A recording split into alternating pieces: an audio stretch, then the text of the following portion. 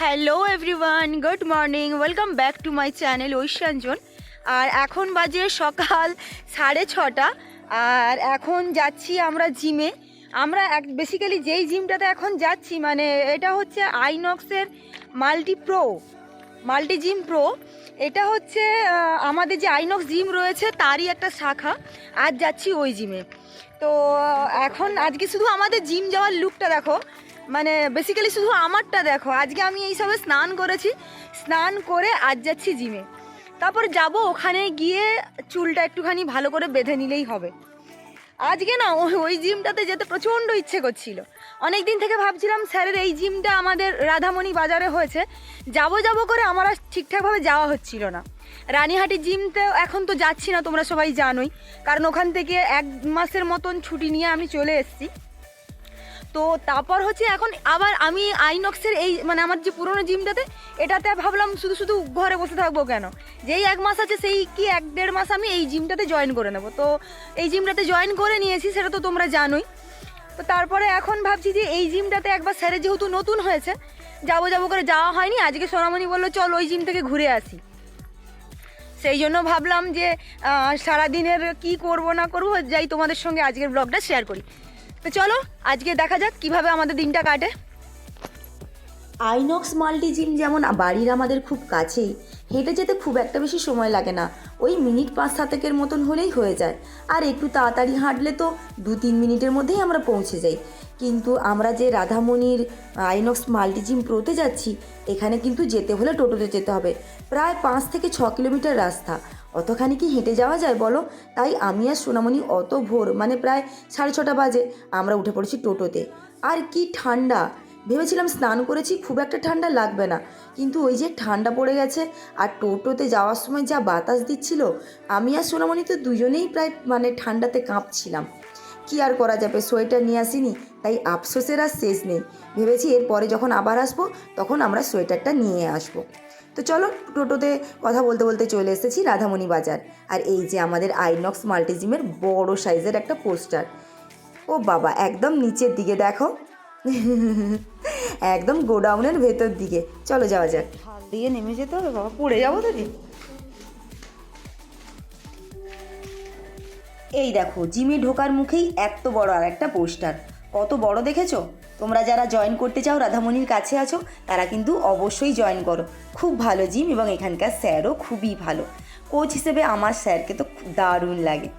যাই হোক, কারণ আমি এই স্যারের আন্ডারে প্রায় 2 বছর জিম করছি। তোমরা তো জানোই আমার আগে আমি অনেক ওভারওয়েট ছিলাম, তারপরে ধীরে ধীরে আমি আমার স্যারের আন্ডারেই অনেক ওয়েট লস করেছি এবং ফিট রয়েছি। তো দেখো চলে এসেছি জিমের ভেতরে। জিমের ভেতরটা দেখেছো? উফ, দারুণ করেছে স্যার এই জিমটা। স্যারের ওই আর এইদিকে ম্যাডাম বসেছেন। ম্যাডামের এই দিকটাতে একটু আলো দেয়নি দেখো, আসলে এইমাত্র জিম খোলা হয়েছে তো, তাই এখনও পর্যন্ত সব লাইট জ্বালানো হয়নি। ওই দেখো ওই কোণের দিকে এখনও পর্যন্ত অনেক লাইটই জ্বালানো হয়নি। এরপরে স্যারেরা আসবেন। এখন তো শুধু ম্যাডাম আছে আর আমি আর সোনামণি, তাই এখনও পর্যন্ত বোধহয় সব লাইট জ্বালায়নি। দেখো পুরো জিম আলোয় আলো। যাই হোক, তো নতুন জিমে এসে কিন্তু আমার দারুণ লাগছে। আজকে আমি বেসিক্যালি এসেছি শুধু তোমাদেরকে আমি কি ওয়ার্কআউট করি সেগুলো দেখানোর জন্য। তো দেখো এই পাশের পুরো ফ্লোর জুড়ে সমস্ত ইকুইপমেন্ট সাজানো। ডাম্বেলগুলো দেখেছো? নতুন জিম আর নতুন সমস্ত যন্ত্রপাতি বলে ঝকঝক তকতক করছে।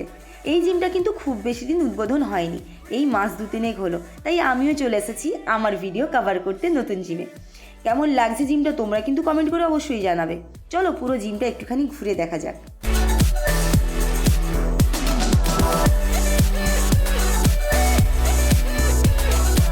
এবার ধীরে ধীরে আমিও রেডি হয়ে পড়েছি আমার ওয়ার্কআউট সেশনের জন্য। কারণ দেখো সময় নষ্ট হচ্ছে, অনেকক্ষণ থেকে এসছি, শুধু ঘুরেই যদি সময় কাটিয়ে দিই তাহলে ওয়ার্কআউট করব কখন? সেই জন্য বাড়ি থেকে তো আর আমি শ্যু পরে আসি না, কারণ জিমে বাইরের শ্যু অ্যালাউ নেই। তাই আমি এসে প্রথমে আমি আমার শ্যুগুলো পরে নিয়েছি।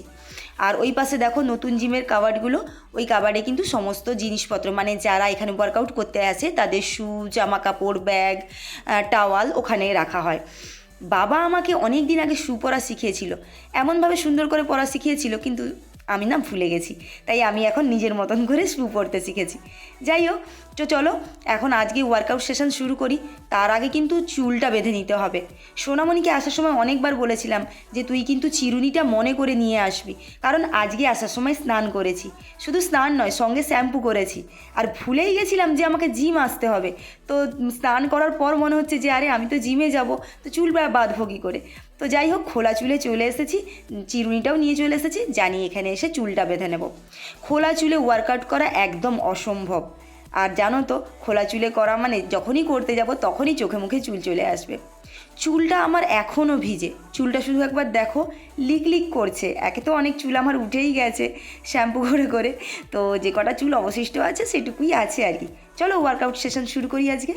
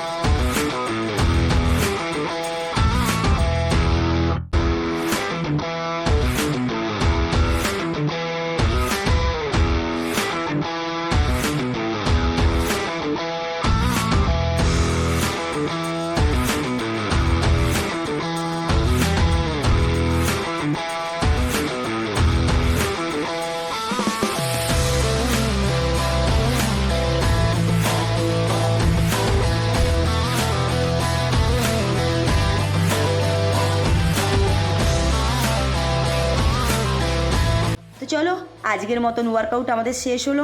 আজকে ওয়ার্কআউট করেছি কিন্তু স্যার আজকে আসেনি, স্যার আজকে এখানে অ্যাবসেন্ট ছিল। স্যার বোধহয় মানিকতলার জিমটাতেই রয়েছে, আজকে আসেনি। তো আমরা কমপ্লিট করে উঠে পড়েছি টোটোতে। আজকে প্রচুর ঘেমে গেছিলাম। দেখো সোনামণি আবার আসার সময় তার ড্রেসটাও চেঞ্জ করে নিয়েছে, আমি চেঞ্জ করিনি, জানি একদম বাড়ি গিয়ে আরও একবার স্নান করে নেব। তো কেমন লাগলো আজকের ওয়ার্কআউট?